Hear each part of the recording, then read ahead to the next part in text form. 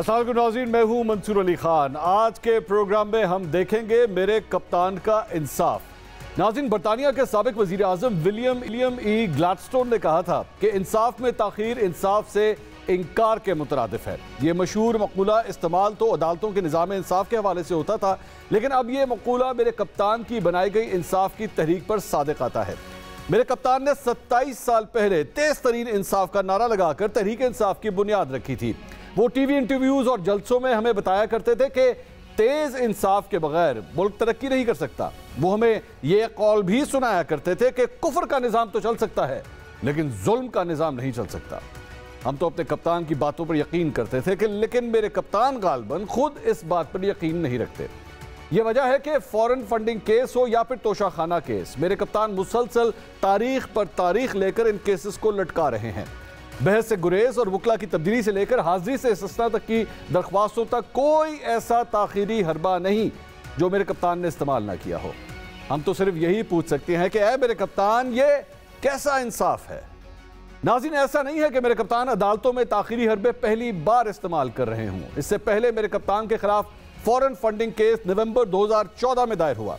Foreign funding case का फैसला लटकाने के लिए भी मेरे कप्तान ने एड़ी चोटी का जोर लगाया। इसी वजह से उस केस का फैसला होने में 8 साल लग गए और इसका फैसला अगस्त 2022 में हुआ। हम तो उस वक्त भी यही पूछते रहे कि है मेरे कप्तान, ये कैसा इंसाफ है। अब तोशाखाना केस की 27 समातें हो चुकी हैं, जबकि मेरे कप्तान ने सिर्फ एक मरतबा अदालत में पेश होना मुनासिब समझा। हम अब भी यही पूछते हैं कि ऐ मेरे कप्तान, ये कैसा इंसाफ है। तोशाखाना का केस 21 अक्टूबर 2022 को इलेक्शन कमीशन के फैसले के बाद ट्रायल कोर्ट में शुरू हुआ। आज तकरीबन 7.5 माह गुजरने के बावजूद मेरे कप्तान हुसूल इंसाफ के लिए अदालत में पेश नहीं हो रहे। मेरे कप्तान, क्या आपने तहरीक इंसाफ की बुनियाद इसलिए रखी थी कि सियासी प्रेशर बढ़ाकर कानूनी कार्रवाइयों में रखना डाला जा सके? सवाल तो यही है कि मेरे कप्तान, ये कैसा इंसाफ है। मेरे कप्तान, आपने तोशाखाना केस के नाकाबिल समाअत होने के खिलाफ इस्लामाबाद हाईकोर्ट में अपील भी दायर कर रखी है। 4 जुलाई को हाईकोर्ट ने अपना फैसला सुनाते हुए यह केस वापस ट्रायल कोर्ट में रिमांड कर दिया और हुक्म दिया कि अदालत फरीकैन को सुनकर 7 रोज में फैसला दे। इस फैसले के बाद 6 जुलाई को जज हुमायूं दिलावर ने इस केस की रोजाना की बुनियाद पर कार्रवाई का आगाज किया, लेकिन आप और आपके वकील ख्वाजा हारिस मुसलसल 3 दिन अदालत के सामने पेश नहीं हुए। हम यही पूछते हैं कि ऐ मेरे कप्तान, ये कैसा इंसाफ है। फिर अदालत ने दरख्वास्त के काबिल समाअत होने का फैसला सुनाते हुए 12 जुलाई से ट्रायल के बाकायदा आगाज का हुक्म दिया।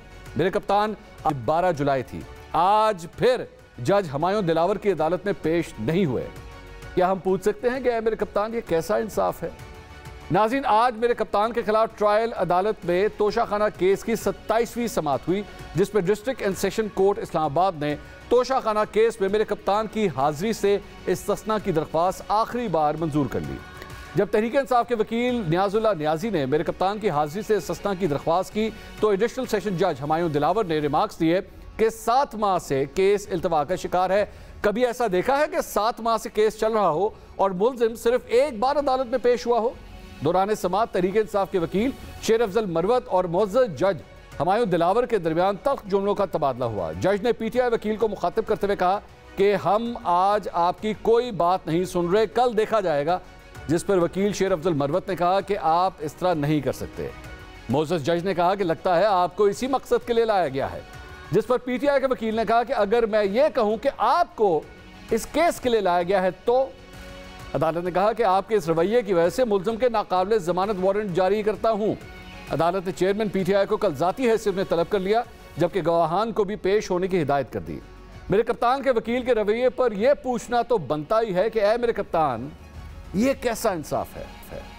नाज़रीन, एक तरफ इस केस की समाअत ट्रायल कोर्ट में कल दिन 11 बजे होगी, दूसरी तरफ यही केस इस्लामाबाद हाई कोर्ट में भी जेर समाअत है, लेकिन इसकी समाअत चीफ जस्टिस की अदालत की वजह से नहीं हो सकेगी। जबकि तीसरी तरफ मेरे कप्तान इस्लामाबाद हाई कोर्ट के 4 जुलाई के फैसले के खिलाफ पहले ही सुप्रीम कोर्ट में पिटीशन दायर कर चुके हैं। यूं मेरे कप्तान इस रेफरेंस के खिलाफ बेक वक्त सेशन कोर्ट, हाई कोर्ट और सुप्रीम कोर्ट में जंग लड़ रहे हैं। पूछना तो बनता है कि मेरे कप्तान, ये कैसा इंसाफ है।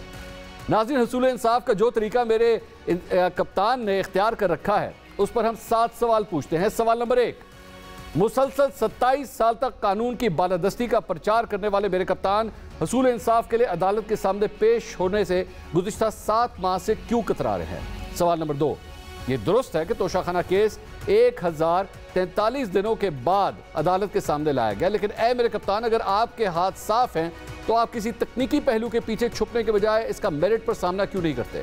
सवाल नंबर 3, मेरे कप्तान का यह एतराज है कि केस इस्लामाबाद की अदालत के बजाय मियांवाली की डिस्ट्रिक्ट कोर्ट में चलना चाहिए। ए मेरे कप्तान, क्या आप किसी मखसूस अदालत से इंसाफ हासिल करने के ख्वाह हैं?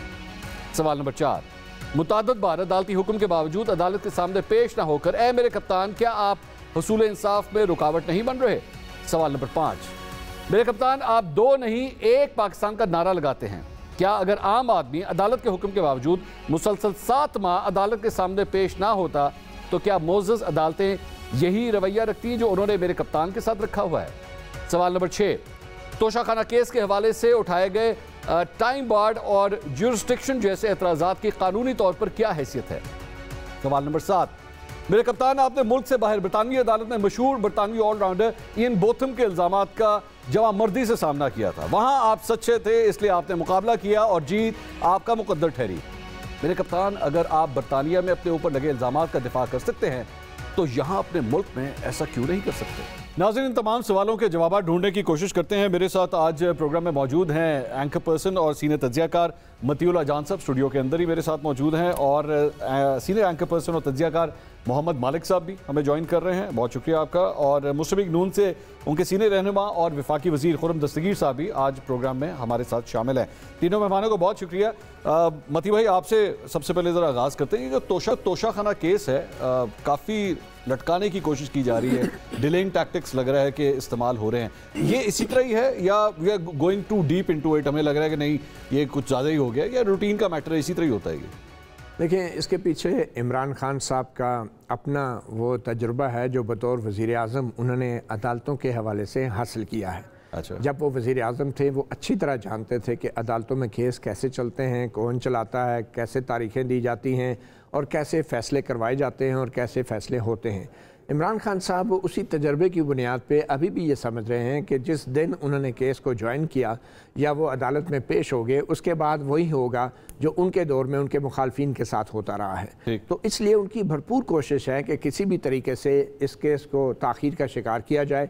और आपको मालूम है, जब अदालतें ट्रायल कोर्ट यकतरफ़ा फ़ैसला देती हैं या एक्स पार्टी डिसीजन देती हैं तो फिर उसके ख़िलाफ़ अपील में एक तवील प्रोसेस होता है और वो अल्टीमेटली जो यकतरफ़ा फ़ैसला होता है, एक्स पार्टी डिसीजन होता है, तो वो अल्टीमेटली ख़त्म हो जाता है, मगर उसमें मज़ीद टाइम मिल जाता है। तो इमरान खान और जो उनके वकला की अभी जब मेंटेनेबिलिटी डिस्कस हो रही थी इससे पहले ट्रायल कोर्ट के अंदर, वहाँ पे ख्वाजा हारिस साहब पेश नहीं हुए। उनका एतराज़ ये है उनकी लीगल टीम का कि जी आपको 7 दिन का कहा गया था, आपने 3 दिन के अंदर ही फैसला कर लिया। नहीं, उन्होंने बिल्कुल 7 दिन का कहा था, मगर 7 दिन के अंदर हुक्म ये नहीं था कि 7 दिन लगा के करने हैं। ये अदालत जो है उसको जब कोई टाइमलाइन दी जाती है हाई कोर्ट की तरफ से, तो इसका मकसद हरगिज़ नहीं होता कि वो पूरे 7 दिन और 7वें दिन जाके कर, नहीं, ऐसा नहीं है। ये तो कानूनी तौर पे। मगर दूसरी तरफ जो उन्होंने कहा कि 7 दिन के अंदर करना है, तो इसका मतलब ये हरगिज़ नहीं है कि वो 7 दिन जो है वो 4 दिन में बदल लिया जाए और 3 दिन जो पटिशनर है वो या जो मुल्ज़म है वो पेश ही ना हो। और हाई कोर्ट ने अगर 7 दिन कहा तो फिर 7 दिन मुसलसल समाअत भी तो होनी चाहिए ना। ये नहीं हो सकता कि पहले 3 दिन मुल्ज़म ना आए और बाकी 4 दिन जो है उसमें वो फैसला ना हो। हाँ, ठीक। मालिक साहब, ये सब तोशाखाना केस के अंदर जो कुछ भी हम देख रहे हैं, अब खान साहब तो हमें कहते थे जनाब इंसाफ के असूल के मुताबिक जो है मुल्क चलना चाहिए, यहाँ पे ना वो कोर्ट में पेश होते हैं। जज साहब ने आज बल्कि रिमार्क्स में भी कहा कि 7 महीने में एक दफ़ा आए हैं अदालत और डिलेइंग टैक्टिक्स हर किस्म के इस्तेमाल करने की कोशिश हो रही है। तो do you think he thinks that he is guilty जिसकी वजह से वो आ नहीं रहे, या उनको लगता है कि यही वो केस है कि मुझे नाअहल अगर मैं हुआ तो इसी केस की वजह से होऊंगा? What could be the reason? Mansoor, देखें, हर किसी का केस लड़ने की अपनी स्ट्रैटेजी होती है। कोई डिले करके फ़ायदा उठाता है, कोई डिनाई करके फ़ायदा उठाता है। अगर आप ये कहें कि क्या मोरालिटी क्या है, सही क्या है, तो वो पे छोड़ दें। नवाज शरीफ साहब को भी आप देखें, वो भी बीमारी के ऊपर गए थे, पूरी दुनिया में ट्रैवल कर रहे हैं, अभी सऊदी अरेबिया भी गए, अभी यूएई भी आए और 2 घंटे आगे पाकिस्तान नहीं आए। सो ऑब्वियसली उनको भी यहाँ आना चाहिए था। सो इसलिए मैं इस चीज़ में तो पढ़ता ही नहीं हूँ। कि भैया सही केस लड़ने का तरीका क्या है। ओनस सारा वजन है अदालतों के ऊपर। अदालतों को अपने आप को इम्प्लीमेंट करना चाहिए, अपनी रिट को, चाहे वो इमरान खान हो चाहे नवाज शरीफ हो। तो अगर आप अदालतें अपनी रिट इम्प्लीमेंट नहीं करवा सकती तो फिर this is where the blame should lie, not कि जी एक आदमी पेश हो रहा है या नहीं हो रहा। भाई अगर नहीं हो रहा तो पेश कराने के तरीके भी हैं। अगर एक आदमी कोई इसके डिलेइंग टैक्टिक इस्तेमाल कर रहा है, चाहे वो नवाज शरीफ हो चाहे इमरान खान हो, तो फिर उसकी लीगल रेमेडीज़ भी हैं। इस बात में हम क्यों बहस में पढ़ें कि जी किस वजह से कौन क्या कर रहा है। मेरा ख्याल है हर एक का अपना राइट है कि वो अपनी लीगल स्ट्रैटेजी फ्रस्ट्रेट ही करना है ना। अगर जो उनके ज़माने की अपोजिशन कहती थी कि हमारे पे पॉलिटिकल केसेस हो रहे हैं, ये अब इनका स्टांस भी वही है, ये कहते हैं मेरे पे पॉलिटिकल केसेस हो रहे हैं। सो आई थिंक ये each man chooses his own methodology और जो उनकी लीगल टीम कहेगी। लेकिन I just at the cost of repeating my self, ये सारी जिम्मेदारी अदालतों पे है। अब अगर अदालतें ही आपस में एक दूसरे को अदालतें खेलती हैं ना, सेशन कोर्ट एक फैसला करती है, उसको हाई कोर्ट स्टे कर देती है, हाई कोर्ट भी फैसला करती है, सुप्रीम कोर्ट स्टे करती है, फिर the world comes into a full circle. मुझे तो ये लगता है कि कोई अदालत अपने पे लेना नहीं चाहती, चाहे वो सुप्रीम कोर्ट है, लेकिन मालिक साहब, हाई कोर्ट है या दूसरी मालिक साहब, ये पनामा में भी इसी तरह ही होता था? मतलब ये स्पीडें यही थी या वहां पे आपके ख्याल में स्पीड ज्यादा तेज थी? नहीं, वहाँ पे वो जो एक लेटेस्ट स्टेज पे आके हमने तेजियाँ देखी, लेकिन हमने वहाँ भी हर जगह डिलेइंग टैक्टिक्स देखे, वहाँ भी हमने हर एक की डिफाइंस देखी। जैसे मैंने कहा है, अगर नवाज शरीफ साहब डिफाई कर सकते हैं कानून को, तो फिर हम क्यों एक्सपेक्ट करेंगे इमरान खान डिफाई नहीं करेंगे? जब एक बंदा करेगा तो प्रेसिडेंट सेट हो गया ना। तो अब क्या गिला करना किसी से? मेरा तो ख्याल वही है कि जी कोर्ट्स को अपना रिट करनी चाहिए, कोर्ट्स को इम्प्लीमेंट करनी चाहिए, बजाय ये गिले करें। मतलब मैं आज कोर्ट का रिमार्क देख रहा था कि देखें जी एक ऐसा मुकदमा है कि 7 माह हो गए हैं और वो सिर्फ एक बार पेश हुए हैं। यार ये उनकी स्ट्रेंथ नहीं है, ये कोर्ट की वीकनेस है। आप बल्कि जवाब दें कि आप 7 माह में एक आदमी अगर नहीं आता तो फिर आपने क्या किया। सिमिलरली अगर नवाज शरीफ कोई चीज़ें कर रहे थे तो भी ये उस वक्त की कोर्ट बताया कि आपने क्या किया। I think the buck stops with the court, not with the accused. ठीक है, कोर्ट के ऊपर ज्यादा रिस्पॉन्सिबिलिटी। खुर्रम दस्तगीर साहब, ये जो कुछ भी हो रहा है लग इस तरह रहा है, ज़्यादातर मेरी जो तज्जियाकारों से बात हुई है, वैसे तो 2 सीनियर तज्जियाकार मेरे साथ यहीं पे मौजूद हैं, लेकिन लगता है इस तरह है कि आपकी हुकूमत ने तमाम तर उम्मीदें जो हैं वो इस तोशाखाना केस से लगाई हुई हैं कि खान साहब की नाअहली अगर हुई इलेक्शन से पहले तो इस केस के अंदर होगी। But the way he is handling it, Khan साहब, मतलब he is using every card in his pocket इसको डिले करने के लिए। तो अगर कोर्ट भी इस तरह, जिस तरह मालिक साहब फरमा रहे हैं कि कोर्ट को के ऊपर ओनस आता है, तो अगर कोर्ट से ये सब कुछ नहीं करता तो आपके प्लान में डिसरप्शन नहीं हो जाएगी?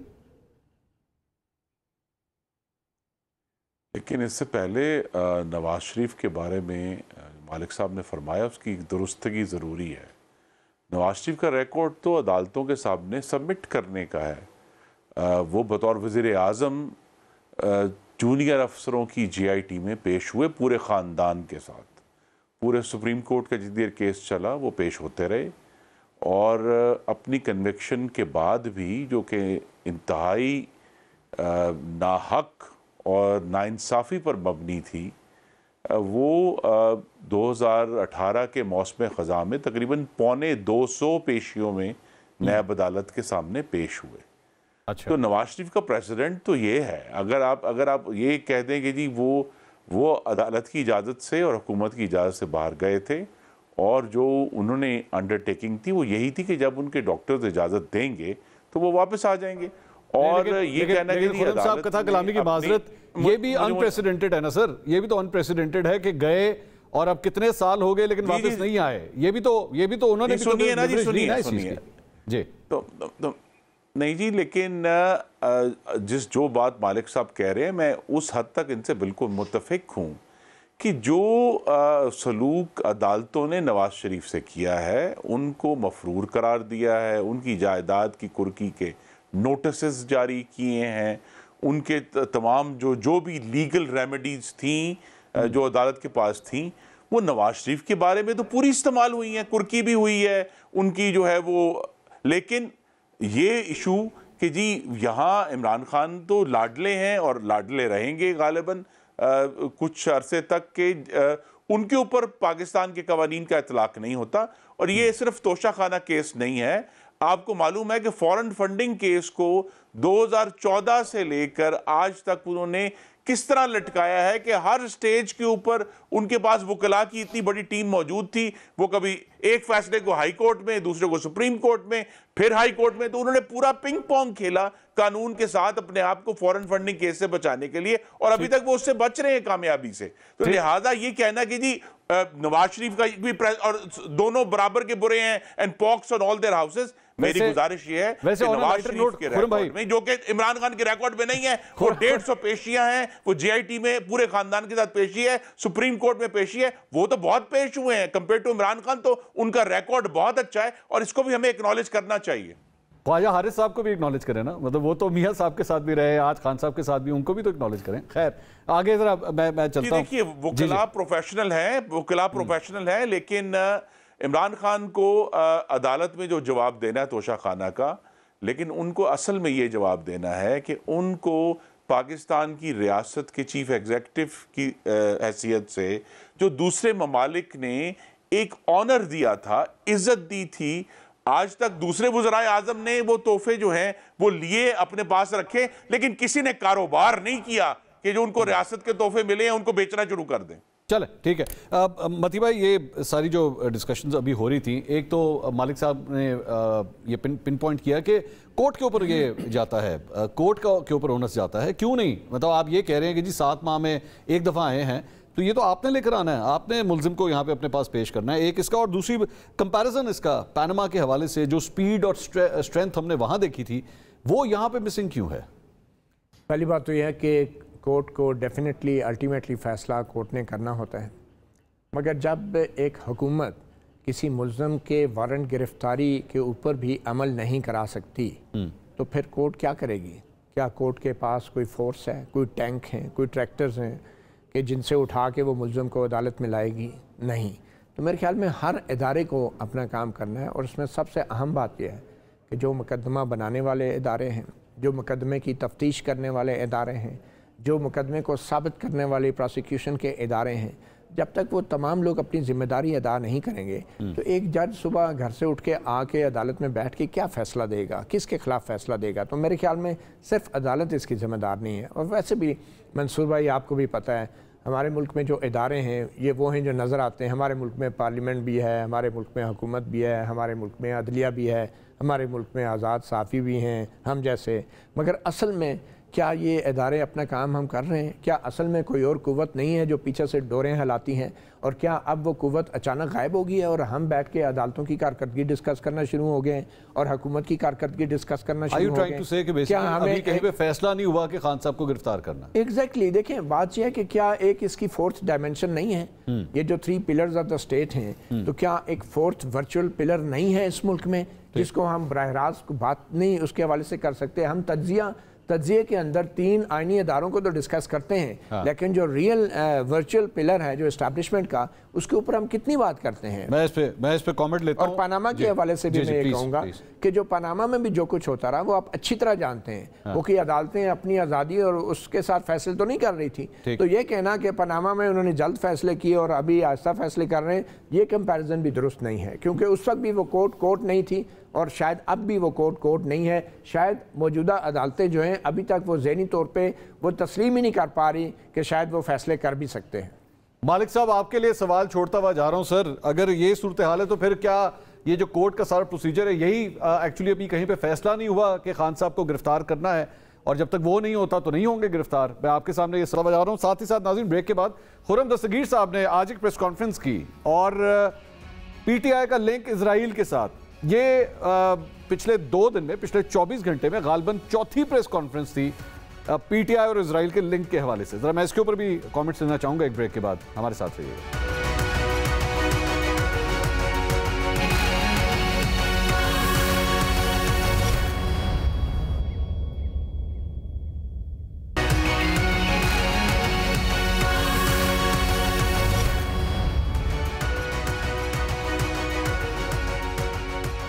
नाज़रीन, welcome back after the break. Matiullah Jan साहब ब्रेक से पहले ये फरमा रहे थे कि पाकिस्तान के अंदर कोर्ट्स के ऊपर जो है सारे इल्ज़ामात नहीं लगाने चाहिए, असल बात यह है कि फैसला कहीं और होता है कि कब गिरफ्तार होना है, कब गिरफ्तार नहीं होना। अगर फैसला अभी तक नहीं हुआ कि गिरफ्तार नहीं होना तो फिर नहीं होना। मालिक साहब एग्री करते हैं आप इस बात से कि अभी तक फैसला वहां नहीं हुआ कि खान साहब को गिरफ्तार होना है? नहीं, I tend to agree with this. देखिए, एक चीज़ तो बड़ी क्लियर है, जो मेरी इतलात भी हैं, जो हमें तासुब भी मिलता है ऑफ द रिकॉर्ड गुफ्तगू से, वो बड़ा क्लियर है कि सितंबर 16 के बाद आपको लीगल प्रोसेस में बहुत तेज़ी नज़र आएगी। बिकॉज जो रूलिंग गवर्नमेंट है, इनका ख्याल ये है कि अभी बहुत ज़्यादा रिलीफ्स मिल जाती हैं। मसलन हाई कोर्ट में चैलेंज हुआ या सुप्रीम कोर्ट में तो 2 घंटे में डायरी नंबर लग जाता है, अगले दिन हेयरिंग हो जाती है। और इनका ख्याल ये है कि 16 सितंबर के बाद जब चेंज ऑफ गार्ड होगा, नए चीफ जस्टिस आएंगे, तो वो नया निज़ाम भी लाएंगे जिस पर बड़ी बहस चल रही है, बेंच बनाने का तरीका, केस लगाने का तरीका। तो उनका ख्याल है कि हर केस जो है अब घंटों में नहीं लगेगा। अगर कोई अपील्स भी आएंगी, कुछ आएंगी, तो उसका एक प्रोट्रैक्टेड प्रोसेस होगा, हफ्ता लग जाएगा, 8 दिन लग जाएगा। सो आई थिंक बहुत सी चीज़ें, इवन मियाँ साहब का वापस आना, जो भी ये कह रहे हैं PMLN वाले, आई एम 200% कॉन्फिडेंट। और जो लोगों से बात भी, इनके करीबी लोगों, रुफ़का से बात होती है, वो नज़र आ रहा है कि वो 16 सितंबर से पहले नहीं आएंगे। इसलिए ये सारा प्रोसेस मुझे टॉप गियर में जाता नज़र आ रहा है, इमरान खान की प्रोसिक्यूशन का और सारा 16 सितंबर ऑनवर्ड्स। लेकिन एक बात मैं ज़रूर कमेंट करूँगा, जो अभी कह रहे थे खुर्रम साहब, कि उनकी बात बिल्कुल ठीक है। नवाज शरीफ साहब बिल्कुल प्रेजेंट हुए, बहुत उन्होंने पेशियाँ भुगती, नो डाउट अबाउट इट। लेकिन वो मुझे बड़ा एक ऑन लाइटर साइड लगा जब उन्होंने कहा कि वो डॉक्टर्स जब कहेंगे, मुझे ये तो समझ आती कि डॉक्टर्स ये कहेंगे कि आप लंबी फ़्लाइट में ना जाएं, आप हार्ट पेशेंट हैं, दूसरे हैं, आप कंप्रेशन के शिकार हो सकते हैं। मुझे ये बता दें कि क्या डॉक्टर्स ने सिर्फ पाकिस्तान आने से मना किया मियाँ साहब को? बिकॉज लंदन से दुबई की बड़ी लंबी फ़्लाइट है, तो अगर घंटों की फ़्लाइट वो कर सकते हैं तो इसका मतलब है कि flying is not an issue. तो फिर वहाँ से तो 2 घंटे की फ़्लाइट थी ना दुबई से ऑनवर्ड्स। तो ये मेडिकल की अब बात छोड़ दें, अच्छा नहीं लगता। आप ये कहें कि भाई हम आएंगे जब हमारे पॉलिटिकल इश्यूज होंगे, let's start speaking the truth. ये छोड़ दें कि किस बेस पे कौन गया। अब सवाल उठता है कौन किस बेस पे नहीं आ रहा। तो अगर तो वो ये कहें कि मैं सियासत की वजह से अभी नहीं आ रहा, अपने कानूनी इश्यूज की वजह से नहीं आ रहा, मैं एग्री नहीं करूँगा, लेकिन at least I will respect that. लेकिन हमें ये मत कहें काइंडली कि वो मेडिकल जब डॉक्टर्स कहेंगे तो वो ट्रैवल करेंगे, that is insulting our intelligence. तो ये सिर्फ ये मैं कह रहा हूँ, आप भले ना आइए, आपको कोई ला भी नहीं सकता, लेकिन ये ना कहें कि डॉक्टर्स की एडवाइस पे नहीं आ रहे। डॉक्टर्स ने पाकिस्तान आने से शायद मना कर दिया हो, तो मुझे नहीं पता, लेकिन otherwise it doesn't make sense. मेरे ख्याल में खुर्रम साहब, वाकई 2.5 घंटे का फ़्लाइट का फ़र्क है दुबई और पाकिस्तान का। तो ये लंदन वाले डॉक्टर्स ने मना किया या पाकिस्तान में चंद डॉक्टर्स ने मना किया? नहीं, मालिक साहब की बात बिल्कुल दुरुस्त है। अब तो मेडिकल उनको क्लियरेंस मिली तो वो दुबई का उन्होंने ट्रैवल किया है। अच्छा। लिहाजा मेडिकल का मामला तो रिसीड हो गया है, उनके कानूनी मामलात हैं और जो सियासत में उन्हें इंशाल्लाह वापस आना है। उन्होंने मुस्लिम लीग नून की इंतखाबी मुहिम की क़यादत करनी है, तो सियासत में वो वक्त का तयन जो वो बेहतर समझेंगे वो करेंगे और वापस आएंगे। और ये 16 सितंबर की तारीख के साथ ही अटैच्ड है जी।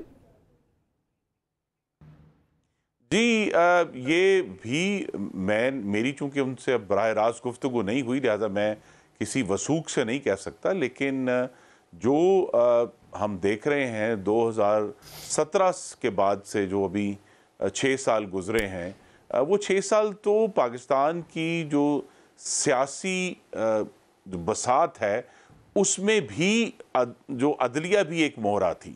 तो लिहाजा अब हम ये एक्सपेक्ट करना कि जी अचानक वो मोहरा पीछे हट जाएगा, वो मौजूद है उस बसात के ऊपर, तो उसी को देखकर ही सारे फैसले होंगे। हाँ, यानी फिर वो मालिक साहब की बात काफ़ी हद तक दुरुस्ती साबित होती है कि 16 सितंबर तक की। तो सर ये आखिरी सवाल जरा इसके ऊपर, अगर ये वाकई 16 सितंबर को देख के हो रहा है तो ये भी कुछ कंट्रोवर्शियल नहीं किया जा रहा आने वाले चीफ जस्टिस को कि जनाब वो आ जाएंगे तो फिर मैं आ जाऊँगा? देखिए, मेरे ख्याल में निगरान हुकूमत के लिए ऐसा फ़ैसला करना थोड़ा मुश्किल होगा। अगर 16 सितंबर को ज़ाहिर बात है निगरान हुकूमत ही होगी जी, क्योंकि उन्होंने तो इलेक्शन कराने हैं, उन्होंने अपने आप को गैर जानबदार साबित करना है। तो मुझे लगता है कि अगर इमरान खान की गिरफ़्तारी का जहाँ तक मामला है, अगर वो निगरान हुकूमत से पहले उनको गिरफ़्तार नहीं किया जाता तो फिर निगरान हुकूमत के दौरान ऐसा होना मुश्किल हो जाएगा। अच्छा, तो जहाँ तक नवाज़ शरीफ की वापसी का ताल्लुक है, अब मेरे ख्याल में उनके वापस ना आने की वो वजूहात नहीं हैं जो पहले थी।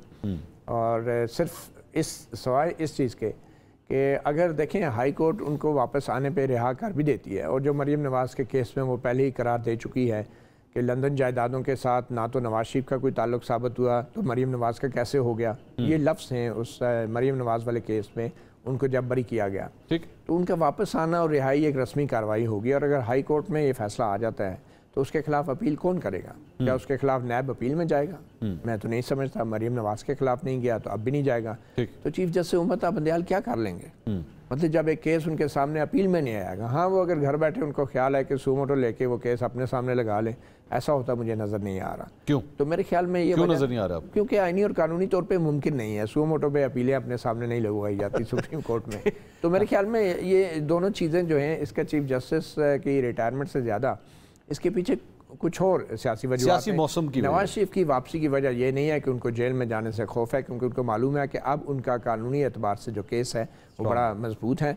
और उसके अलावा भी अब तो जनरल बाजवा साहब भी इतना कुछ कह चुके हैं, कभी एक सहाफ़ी के कान में, कभी आपके कान में, कभी किसी और के कान में। तो मेरे ख्याल में उसके बाद जो है ना, सुप्रीम कोर्ट की क्रेडिबिलिटी और जजेस की क्रेडिबिलिटी जो है वो काफ़ी इस वक्त दाव पे लगी है। मैं खुर्रम दस्तगीर साहब की मौजूदगी का फ़ायदा उठाते हुए आज खुर्रम भाई ने एक प्रेस कॉन्फ्रेंस की और इजराइल के हवाले से ये सिलसिला जो कल से शुरू हुआ है, पीटीआई और इजराइल का लिंक जो एक जोड़ा जा रहा है, खुर्रम साहब ने भी आज इसके ऊपर चंद अल्फाज कहे अपनी प्रेस कॉन्फ्रेंस में। क्या फरमाया, ज़रा पहले मैं आपना चाहूँगा। इजराइल की पाकिस्तान के अंदरूनी मामलात के बारे में जो बयान आया है उसकी सख्त तरीन मुजम्मत के लिए इंसानी हकूक के भाषण ना दें। अमरीकी कांग्रेस के अरकान 9 मई के वाक़े के बाद पाकिस्तान के मामलात के बारे में क्यों मुदाखलत कर रहे हैं, और वो कौन लोग हैं जिनको ये जुर्रत हुई कि वो कौमी असम्बली में खड़े होकर इसराइल को कबूल करने हिमायत करें। ये मालिक साहब, मैं कल से देख रहा हूँ ये एक सिलसिला शुरू हुआ है। पीटीआई को इजराइल के साथ जो है वो कनेक्ट करने का बहुत से लोगों ने, हुकूमती अरकान ने ट्वीट्स भी की, शहबाज शरीफ साहब ने भी जिक्र किया, मरियम औरंगजेब साहिबा ने, अताउल्लाह तारर साहब ने, शहरी रहमान साहिबा ने।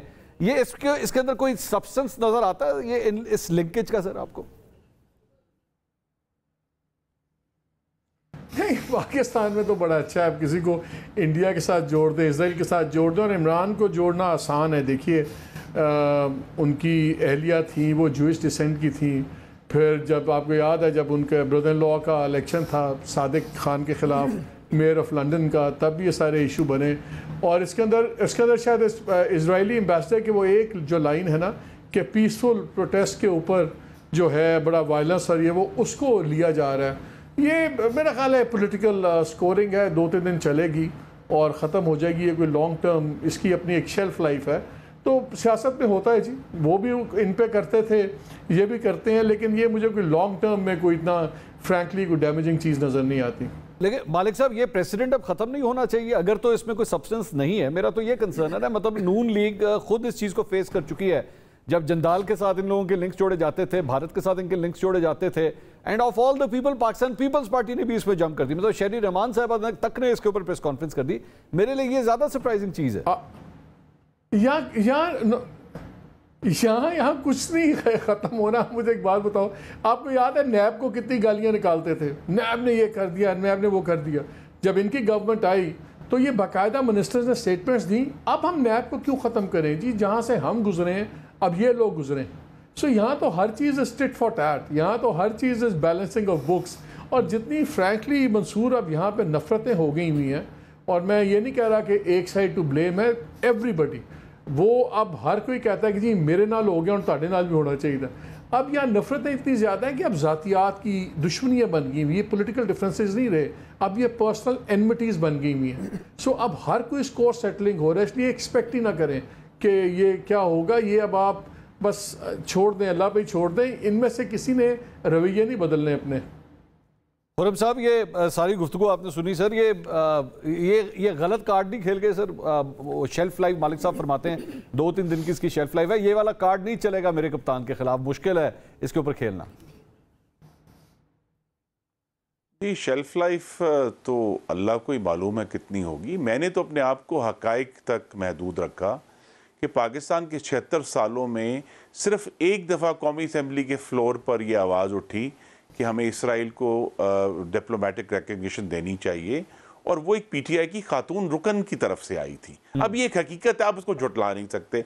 मालिक साहब ने खुद फरमा दिया कि सादिक खान के मुकाबले में जैक गोल्डस्मिथ की कैंपेन की इमरान खान ने जाकर लंदन में, वो चाहे उनके साबका बरादर नस्बती थे, वो जो भी ताल्लुक था, लेकिन जो शख्स पाकिस्तान की क़यादत करने का उम्मीदवार था उस वक्त या उसका दावेदार था, उसको ये बात सोचनी है कि वो किस जगह कहाँ सपोर्ट कर रहे हैं। इसी तरह ये फैक्ट है कि पीटीआई की जो फंडिंग हुई है उसमें कुछ यहूदी नज़ाद लोग शामिल हैं। It's a matter of fact. अब आप मैं इसलिए मैंने अपने आप को सिर्फ हकाइक तक महदूद रखा और ये नहीं कहा कि जी कोई इसराइली साजिश है पीटीआई या कोई यहूदी साजिश है, लेकिन पीटीआई के जो उनकी सिंपैथी और उनके कनेक्शंस जो हैं यहूदी नज़ाद लोगों से, वो वाज़ेह और क्लियर है, वो हकीकत का हिस्सा है। तो लिहाजा उससे जो कंक्लूजन्स हैं, वो यही मेरी कोशिश थी कि अपनी प्रेस कॉन्फ्रेंस में कि जो लोग देख रहे हैं वो कंक्लूजन, उसके नताइज खुद अखज़ करें कि अगर ऐसे कनेक्शंस मौजूद हैं कि भाई क्या हुआ कि पाकिस्तान की तारीख में पहली दफ़ा इसराइल ने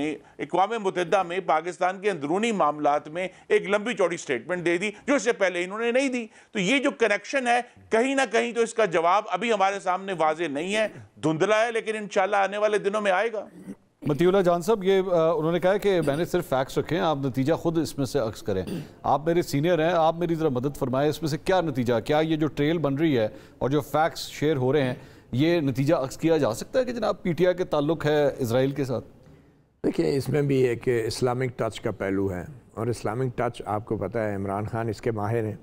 तो जो कुछ इमरान खान अपने वक्त में अपने मुखालफिन के साथ करते रहे हैं, जिस तरह मज़हब को हथियार के तौर पर इस्तेमाल करते रहे हैं, अपनी तकरीरों में यहाँ तक कहते रहे कि जिसने बल्ले को वोट नहीं दिया वो मुसलमान नहीं रहेगा। ठीक है। तो और फिर कुरान की आयत का जिस तरीके से वो संग दिली के साथ इस्तेमाल करते रहे अपनी सियासत के लिए, तो अब यही कुछ उनके साथ हो रहा है। और ये बात दुरुस्त है कि ये इसराइल वाली जो बात है इसको भी एक मज़हब के हथियार के तौर पे इस्तेमाल किया जा रहा है। और ख़ास तौर पे अगर इलेक्शंस आ रहे हैं तो फिर ज़ाहिर बात है ये एक बेहतरीन वक्त होगा सियासतदानों के लिए। मगर हमें ये नहीं भूलना चाहिए कि जब हम बार बार बतौर सियासतदान मज़हब को बतौर हथियार इस्तेमाल करते हैं तो हम माशरे के अंदर भी शिद्दत पसंदी को फ़रोग़ दे रहे होते हैं। हम माशरे के अंदर भी जो है ये अदालतें जो हैं सड़कों पे लगाने की तरगीब दे रहे होते हैं और लोगों को ये बताने की कोशिश कर रहे होते हैं कि फ़लाँ मुसलमान है, फ़लाँ मुसलमान नहीं है।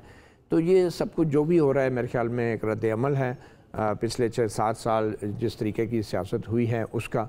और जहाँ तक इसराइल के नाम का ताल्लुक है तो मेरे ख्याल में अमेरिका ने भी बयान दिया हुआ है, स्टेट डिपार्टमेंट ने, कि जो पाकिस्तान में जिस किस्म के हालात रहे हैं इंसानी हकूक़ के हवाले से, और उस वक्त ये कहा जाता रहा कि जिस अमेरिका को इमरान खान साजिश का गढ़ कहता था तो वो अमेरिका भी अब उसकी हिमायत में आ गया है।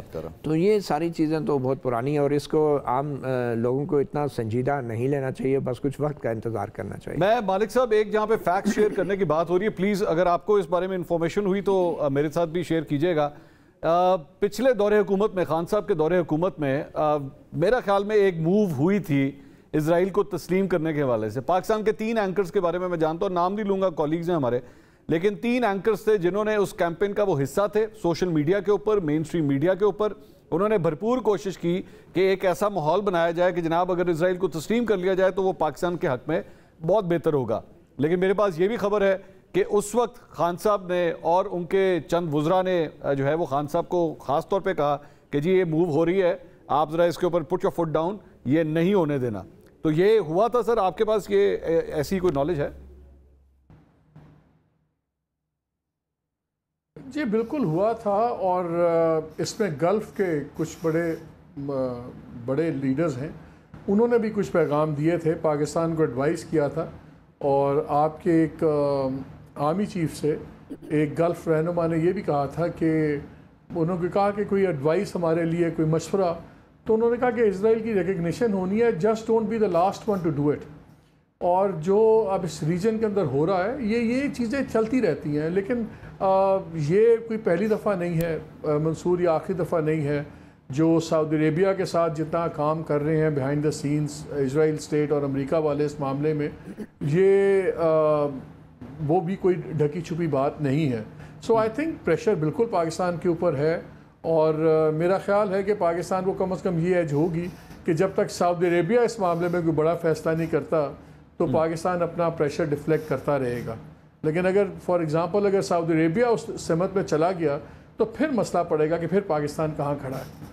पाकिस्तान कहाँ खड़ा है। मैं एक मुझे ब्रेक लेनी है लेकिन मैं जरूर एक अगर ब्रेक के बाद मैंने सिर्फ ये ऐड करना है कि इसराइल को उस वक्त तकलीफ नहीं हुई जब राना सनाउल्लाह को डेथ सेल में डाल दिया था, या हमजा शहबाज जो थे वो 22 महीने जेल में बंद थे, साद रफीक 16 महीने जेल में बंद थे, शाहिद खाकान अब्बासी जेल में बंद थे। उस वक्त नहीं कोई इसराइली का ज़मीर जागा, ज़मीर बिल आखिर आकर जुलाई 2023 में ही जागा। खुर्रम भाई, खुर्रम साहब, इसराइल का तो ह्यूमन राइट्स पे बात करना ही एक मजाक है ना, वो तो एक भयानक मजाक है।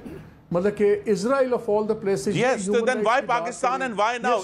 इस बात का जवाब जो है मैं चाहूंगा कि अक्लमंद लोग जरूर दें कि इस वक्त आकर इसराइल ने ये बयान क्यों दिया। आई मीन अगर दुनिया में अगर कोई टेररिस्ट स्टेट है तो वो इसराइल है, इसलिए इसकी तो बात बता क्या इसकी बात पे बात करें। मुझे एक ब्रेक लेनी है, लेकिन ब्रेक पे जाने से पहले इसके ऊपर एक छोटा सा कमेंट करना चाहूँगा कि फॉरेन मामलात के अंदर और ये जो पावर्स होती हैं ये बड़ा सोच समझ के जो है वो बयान देती हैं, बल्कि कहीं कभार उनको ये भी पता होता है कि अगर किसी पॉइंट के ऊपर हमने बोल दिया तो मामला ख़राब भी हो सकता है। तो अगर कोई वाकई पाकिस्तान तहरीक इंसाफ और इसराइल के हवाले से ये लिंक जो बनाने की कोशिश की जा रही है, तो इसराइल को खुद भी शायद इस बात का पता होगा कि अगर हमने इसके फेवर में कोई बात की तो इनके लिए हालात और भी ज़्यादा ख़राब हो जाएंगे, जो कि हो रहा है। आज 4 प्रेस कॉन्फ्रेंसें इस इशू के ऊपर हो चुकी हैं, कल भी प्रेस कॉन्फ्रेंस हुई थी इस मामले के ऊपर। पहला मुझे एक ब्रेक लेनी है, लेकिन ब्रेक के बाद आज वज़ीर आज़म ने बता दिया है कि जनाब 14 अगस्त को हमारी हुकूमत का आखिरी दिन होगा और उसके बाद इलेक्शन कमीशन जो है वो डेट देगा अगले इलेक्शन की। इससे बात करते हैं ब्रेक के बाद, हमारे साथ रहिएगा।